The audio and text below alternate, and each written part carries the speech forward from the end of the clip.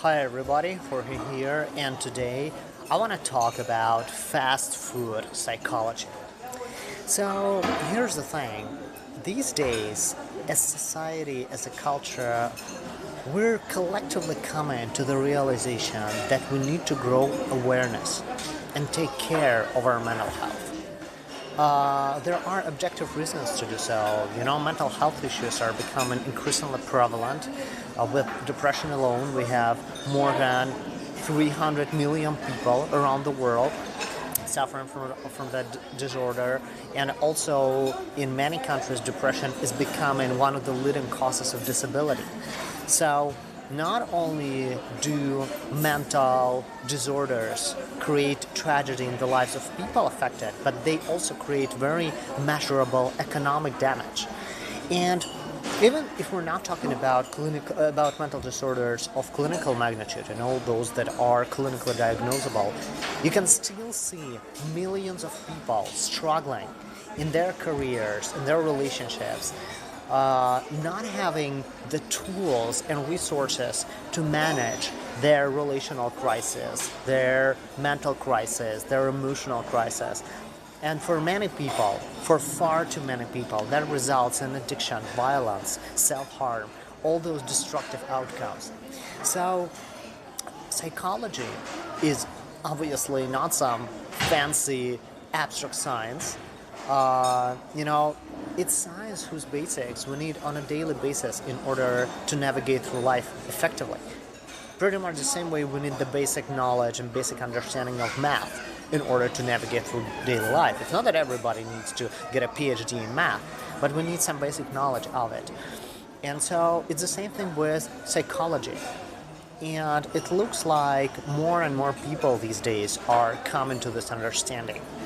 And just like on any market with an increasing demand, there's a lot of supply these days on the market of psychology addressed to the general public. So there are thousands of books, videos, courses, seminars, webinars, and whatnot, like that promise you personal growth, empowerment, success, happiness, fulfillment, making your dreams a reality, better relationships, more resilience, more love, more strength, more inner peace, and blah blah blah, in exchange for your money, of course. And the hard thing is that a great deal of that content has nothing to do with real evidence-based psychology.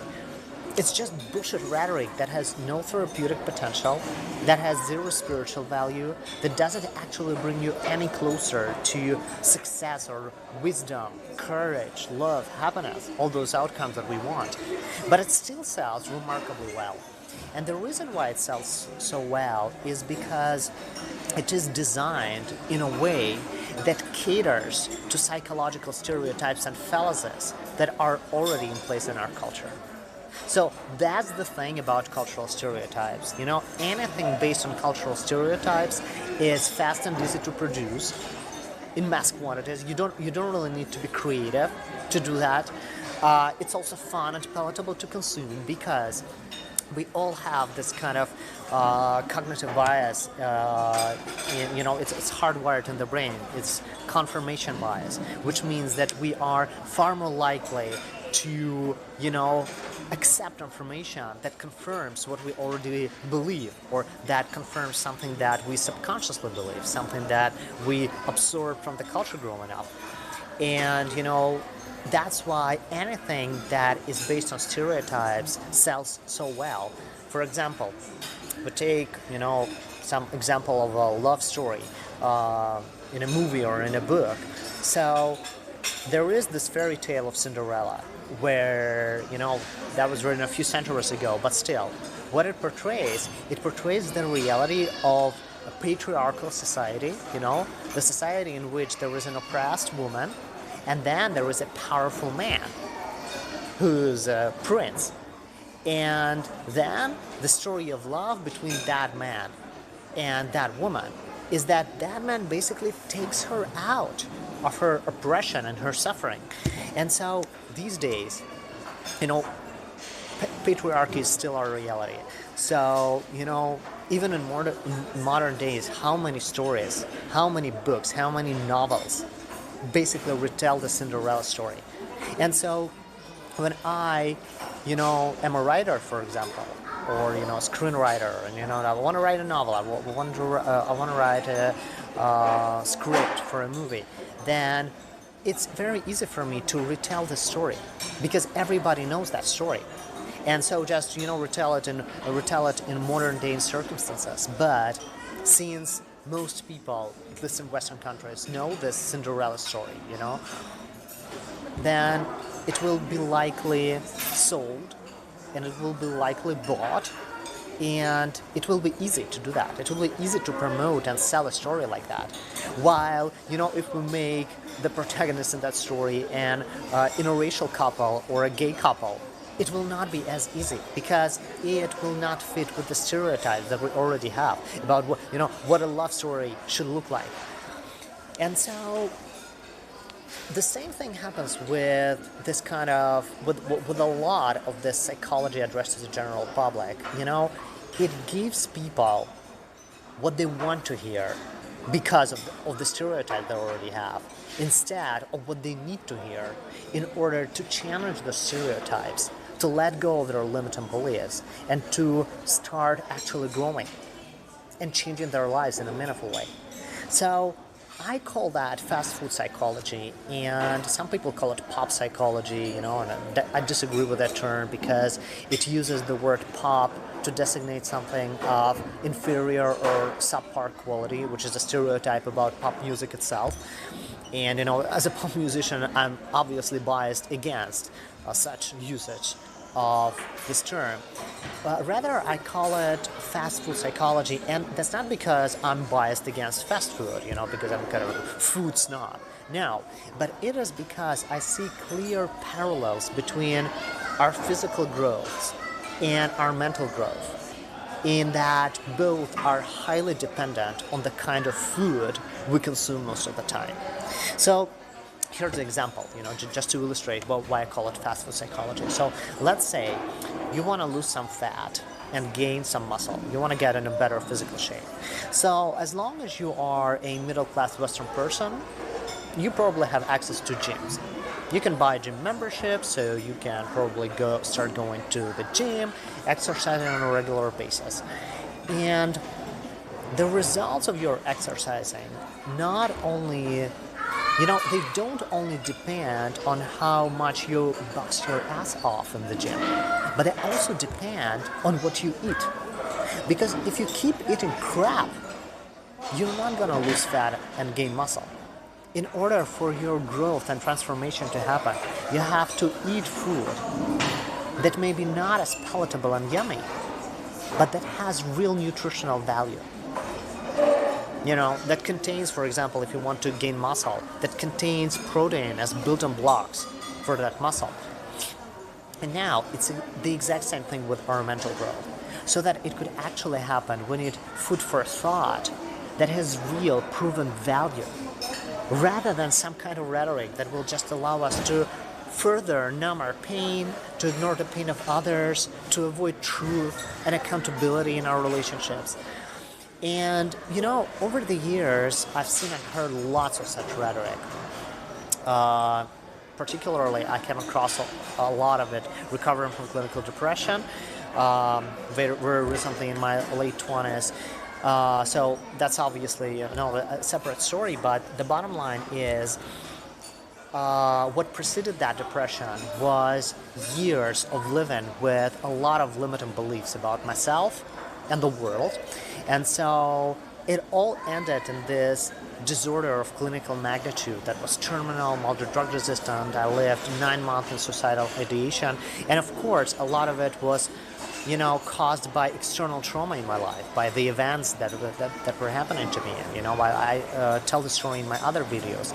But also, much of it was caused by my own internalized limiting beliefs.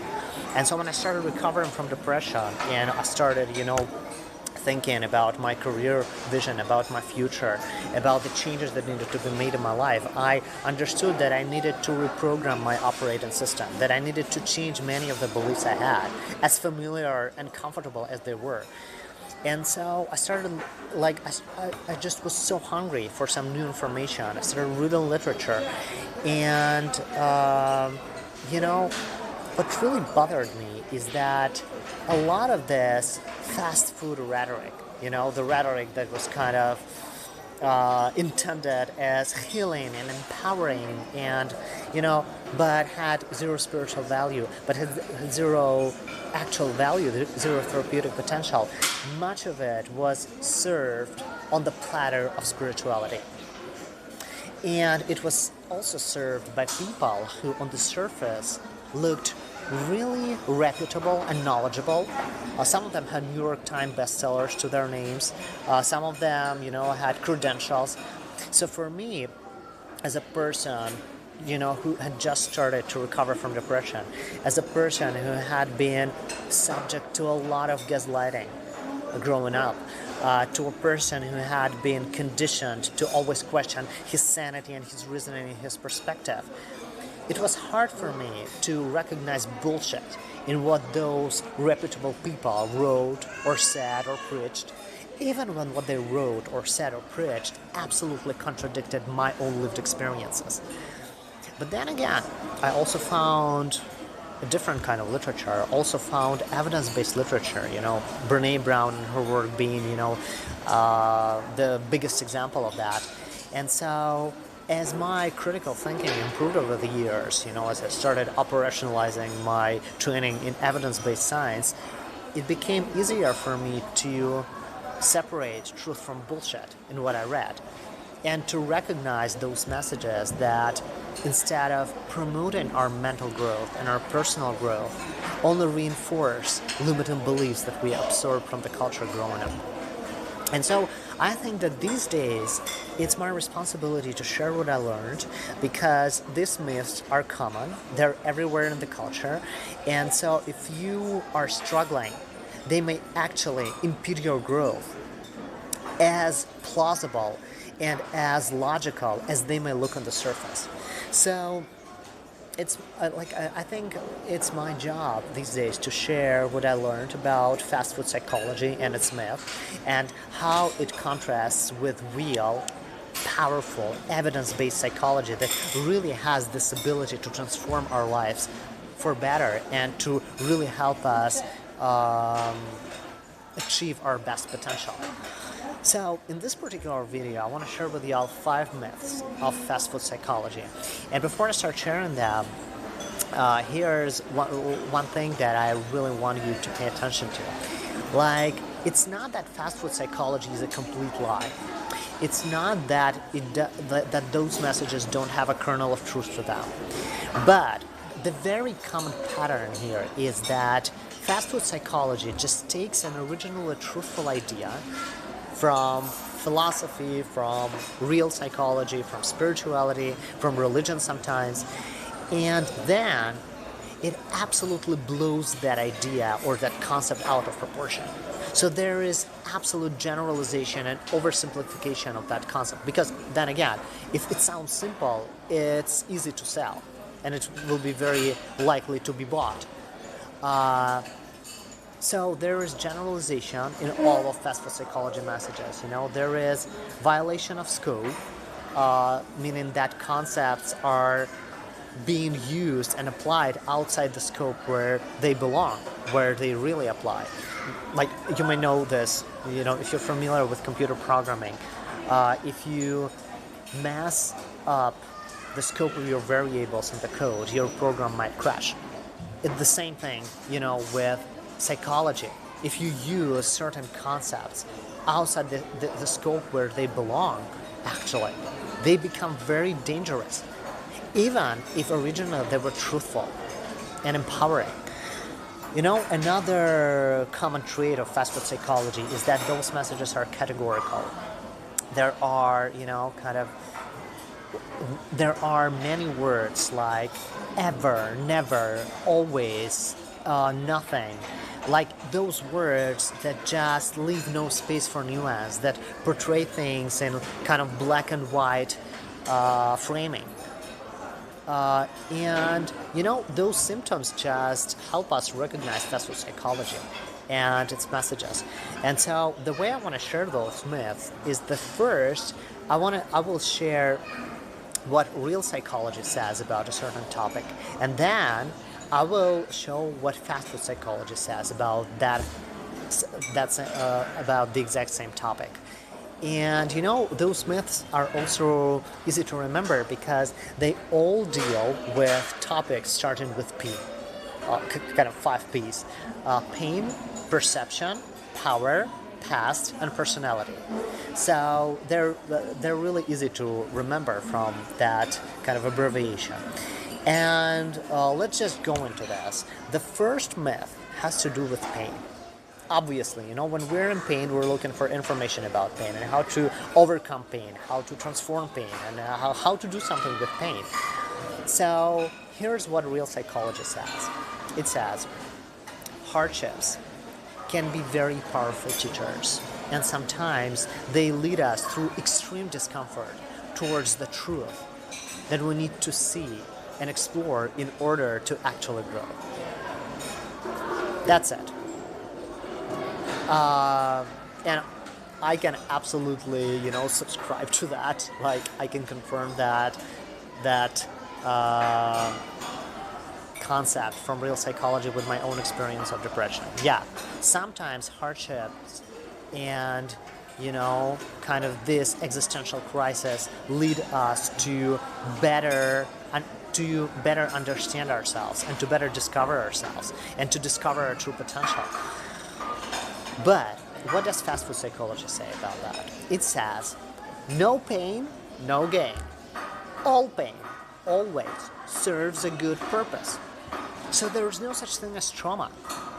There's, this kind of rationalization of trauma, like very, very, very common in fast food psychology.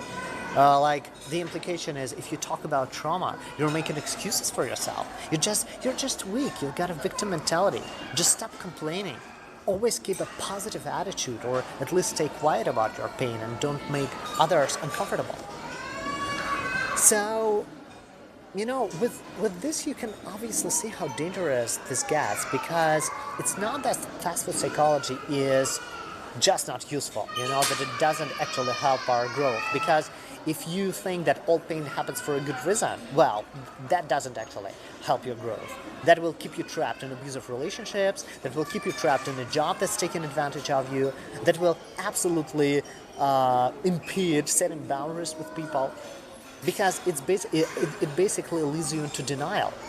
But importantly, this first myth of fast food psychology, that all pain happens for a good reason, it not only leads us to deny our own experiences, but it also leads us to deny empathy to others. Because when others are experiencing trauma, something really bad that happens to them for no fault of their own, outside of their control, that serves no good purpose at all, but that happens because of systems of oppression or inequality or injustice that we have in society, we will rationalize it with this first myth. And how much fast food psychology sabotages our capacity for empathy and our relationships as a consequence is very clear with the second example. The second example has to do with perception. So, real psychology says perception can heavily affect how we deal with different situations. And sometimes the key to solving a problem lies in reframing it. Then we start seeing a new way out that has always been there, that we have never even considered. Just looking at a problem from a new angle. And that is true. Yeah. Then again, I could give you many examples from our personal experience about how true is that. But fast food psychology just blows this concept absolutely out of proportion. Fast food psychology says everything is perception. There's no such thing as reality. Our emotions aren't real, we make them up. Our experiences aren't real, we make them up. Our identities aren't real, we're making them up. At any given moment, we can just choose to be happy. Happiness is a choice. Like, how many times did you see that phrase on Instagram? And so is misery. Misery is also a choice. So if universe sends you misery, it's only because you say that you're miserable, because you attract misery. Just say that you're happy, and you will attract happiness instantly. That is horseshit. And sometimes the second myth that everything is perception, it takes, kind of a milder form. It says, like, attitude is more important than facts. Life is 10% what's happening to you and 90% how you react to it. But it's also bullshit. Where are these figures taken from? Why it is 10% by 90%? Why it isn't 27 by 73? It's bullshit. And attitude is not more important than facts. Attitude is important, for sure. Absolutely important.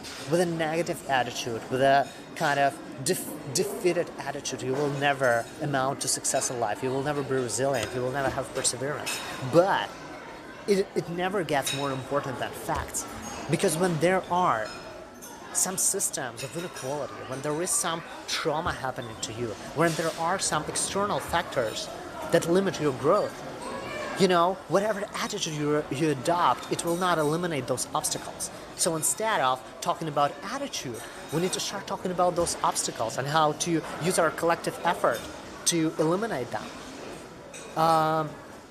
Also, the second myth of fast food psychology, that everything is perception, it drives total failure of empathy, because the second component, the second scale of empathy, kind of, when we conceptualize empathy as a skill set, the second component of it is perspective taking, which simply means that you believe people's experiences, you believe their stories the way they tell them to you. You don't run their story through your lens and then say, oh, it's a horrible story, but that's not how I see it. It's just your perception.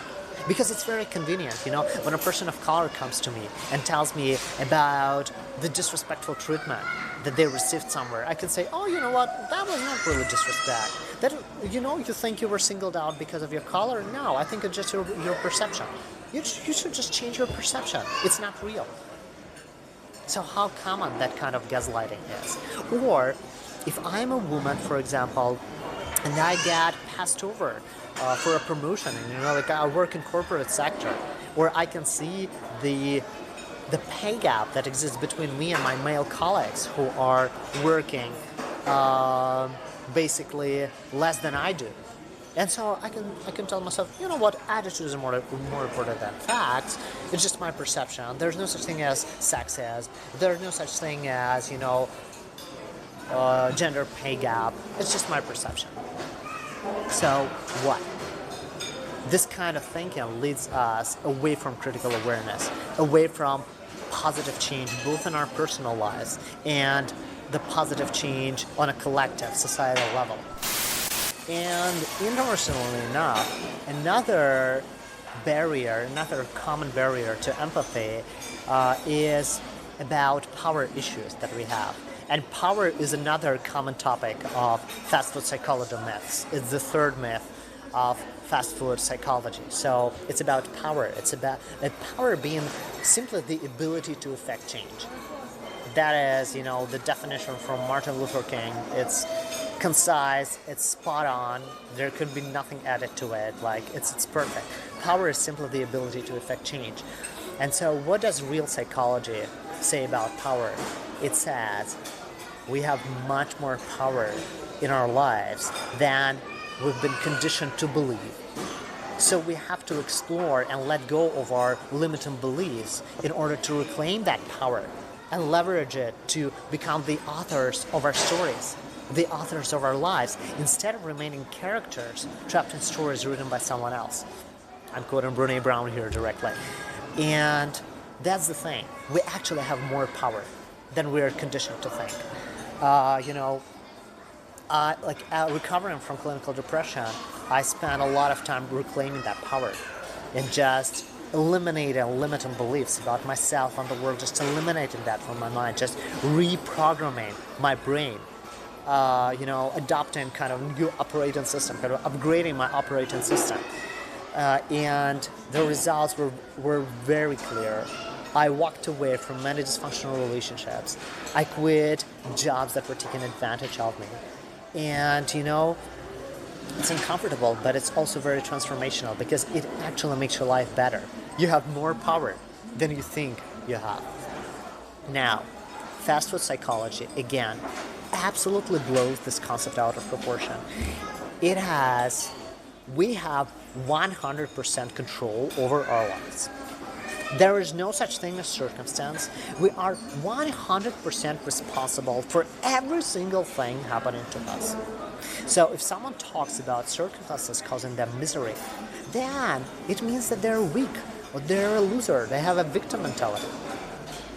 So here's the thing. Again, in this fast food rhetoric, you can notice 100%, everything, always, all these kind of, certainty words. But the reality is that no, we are not 100% responsible for what happens to us.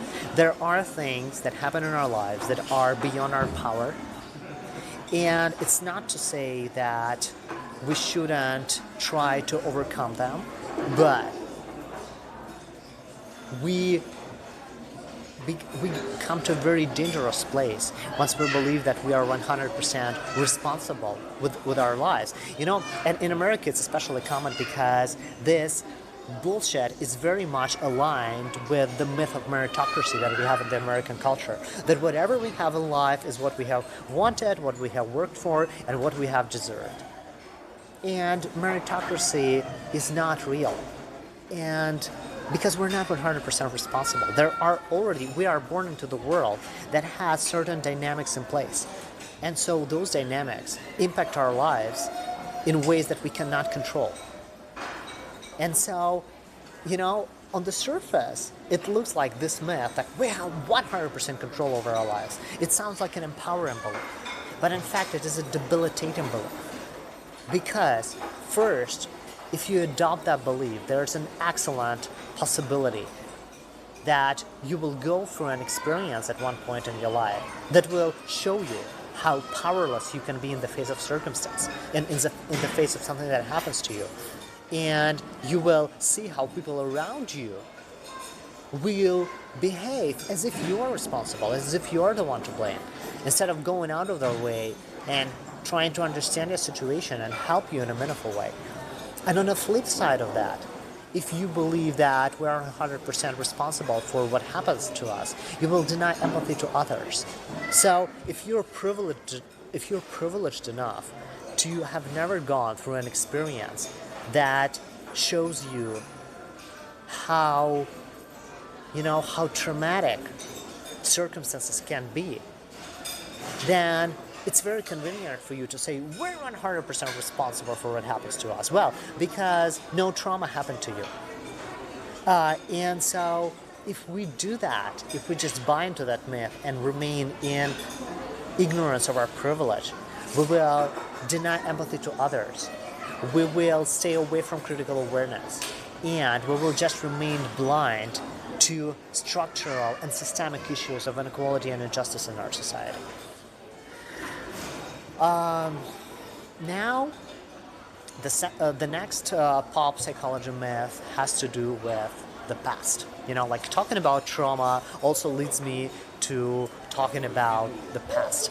So what does real psychology say about your past? It says that wounds from your past can hold back your growth and sabotage your potential heavily if left unattended and unaddressed. So we have to build our better future on a solid ground, on a firm ground, not on a swamp of emotional dysfunction lasting from our childhood. So just healing those wounds and becoming is so important in order to build a better future for yourself. And by the way, this doesn't have building your better future and healing your past do not have to be mutually exclusive. You can do this. It's not that, or they don't have to be consequential either. It's not that first you should go through therapy and then heal all your past wounds and then start creating a better future. No, you can do those things at the same time. And for some people, it's a lifetime of healing, and that's okay. But you need to give proper importance to what happened to you in order to acknowledge it and address it and heal it. Now, what does fast food psychology say about your past? It says, just accept your past. It happened the way it did. You can't change it anyway. So just be like everybody and live like everybody. Live like your past never happened to you. Your future, your present, your outcomes, they are only dependent on how much you work today. But they have nothing to do with your past. So just stop thinking about your past and stop talking about your past to others. Stop digging into it. Just dismiss it. Of course, that is profoundly dangerous. Because, one very important spiritual lesson that I learned is that first, accepting your past can only happen if your present and your future is different from it. For sure. If in your present you remain in the same trauma that you were in your past, there is no way you can accept it. And the second reflection here is, what does it mean actually to accept your past? Because if your past was shaped by some systemic issues, by some systemic oppression, injustice, or inequality, then accepting it means that you're accepting this injustice and oppression and inequality, and that you just are okay with the same happening to other people these days. So how can we accept that? It's bullshit. No way. And the final myth has to do with personality, and namely taking or not taking things personally.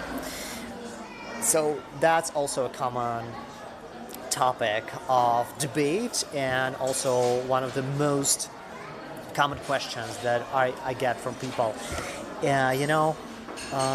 Here's what a real psychologist says.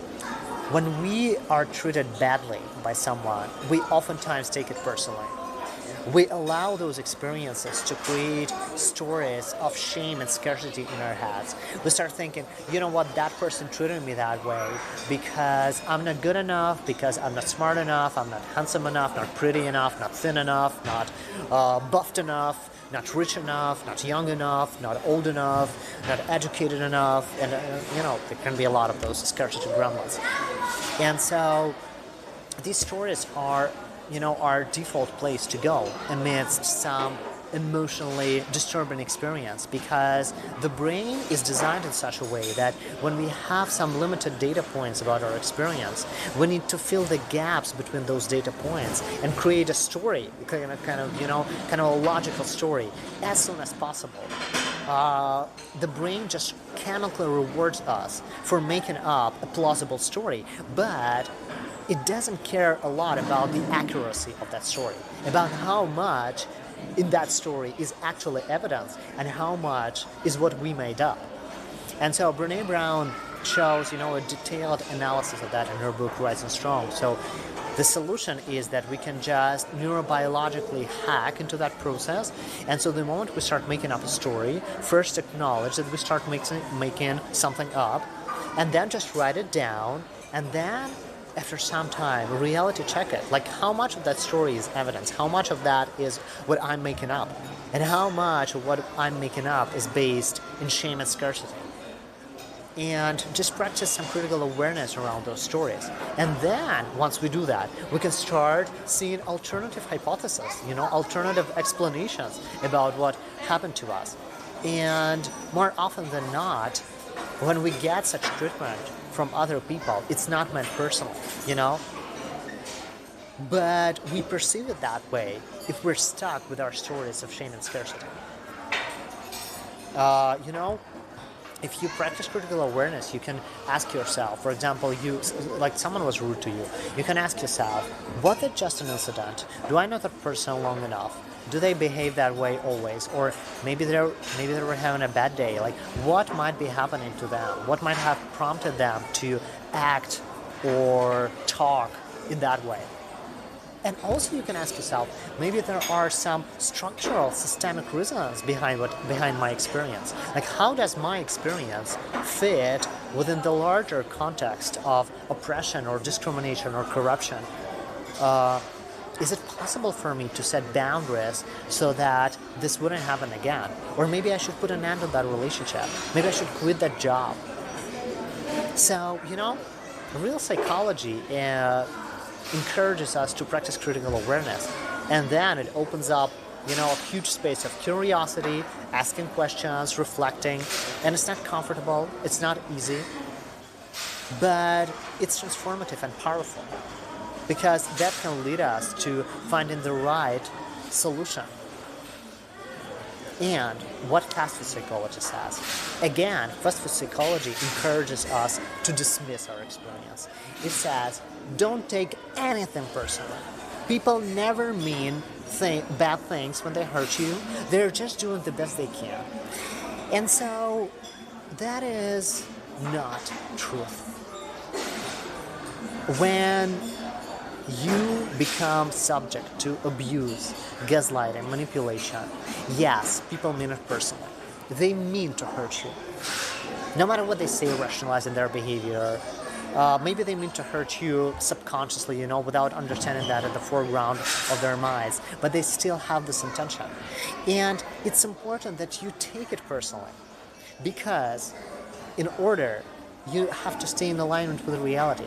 And second, this allows you to act upon this, to put an end to those relationships. Because if you don't take personally, like, taking things personally doesn't mean that if someone abuses you or cheats on you or betrays you, you should start thinking, oh, that's because I deserve it, that's because I'm not good, that's because I'm not smart, that's because I'm not lovable, not attractive, and blah, blah, blah. No, that's just one aspect of taking things personally. But another aspect of this can be just seeing the experience for what it is.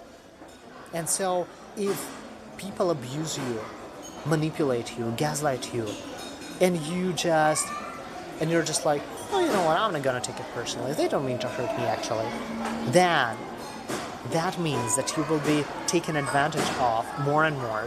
You will become a pushover, unable to set boundaries, unable to hold up your perspective, unable to acknowledge your reality, and unable to become the author of your story in order to write the ending for the story that is right. So those are the 5 myths of fast food psychology, and of course in this video I just put them out in an overt form, so they sound very flagrantly absurd. But most of the time, when you encounter them in the culture, you will come across them, in some really disguised form. Like, there will be some nice language wrapped around those ideas, and so it will be harder to recognize bullshit in them. But now that you know the core messaging of those fast food myths, it will be easier to recognize that.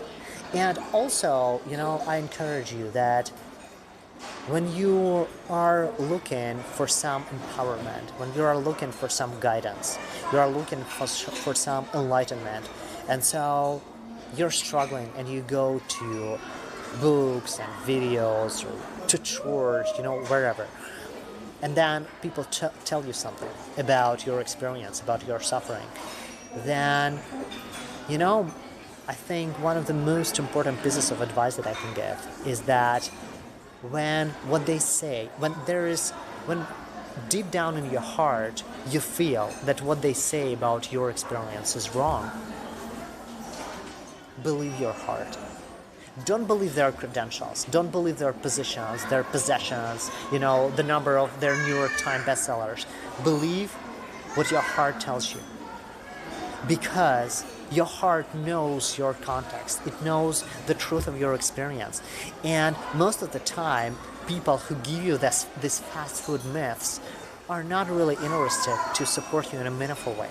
So they are just interested to rationalize and trivialize your experience, and maybe to sell you something. But they're not really interested to help you in a meaningful and effective way. And so you should just, you can have the courage to call bullshit on it and to not accept that shit and to just walk away and start looking for people who prioritize truth over comfort and who are willing and interested to help others in a meaningful and effective way, and to start doing this work with yourself. That's also very important. Doing therapeutic work with yourself. And as you do that, you have to use the tools from real evidence-based psychology. So I know that evidence-based science sometimes may be hard to read. There may be a lot of technical terms in it. But again, there are lots of people who lay out the code, like Brené Brown. She basically tells, like in her very charismatic storytelling, she basically shares her academic research. And so there are people like her out there. And you need to look for those people and to look for the information and the guidance and the knowledge that does justice to what you're experiencing, and not take anything that trivializes or rationalizes it. So thank y'all so much for tuning in and being with me today. Thanks so much for watching. I do appreciate your time. Please, let's continue the conversation about fast food psychology in the comments. So it would be great if you gave me some example of fast food psychology or some rhetoric that's served on the platter of spirituality or personal growth that in fact doesn't have any value, but looks, very plausible and eloquent on the surface. So let's talk about this so we could see the magnitude of this phenomenon in the culture and also become more resilient to it, because we all deserve mental growth, we all deserve personal development, and that can only happen on the basis of truth. Only truth has that ability to change our lives for better in a meaningful way, and bullshit doesn't do that. Anyway, so we have to clean that bullshit from our own minds and also from the larger culture.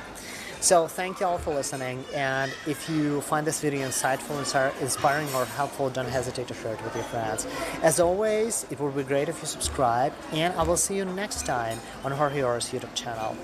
Be brave, show up, keep telling the truth, stay curious, and take care. Bye.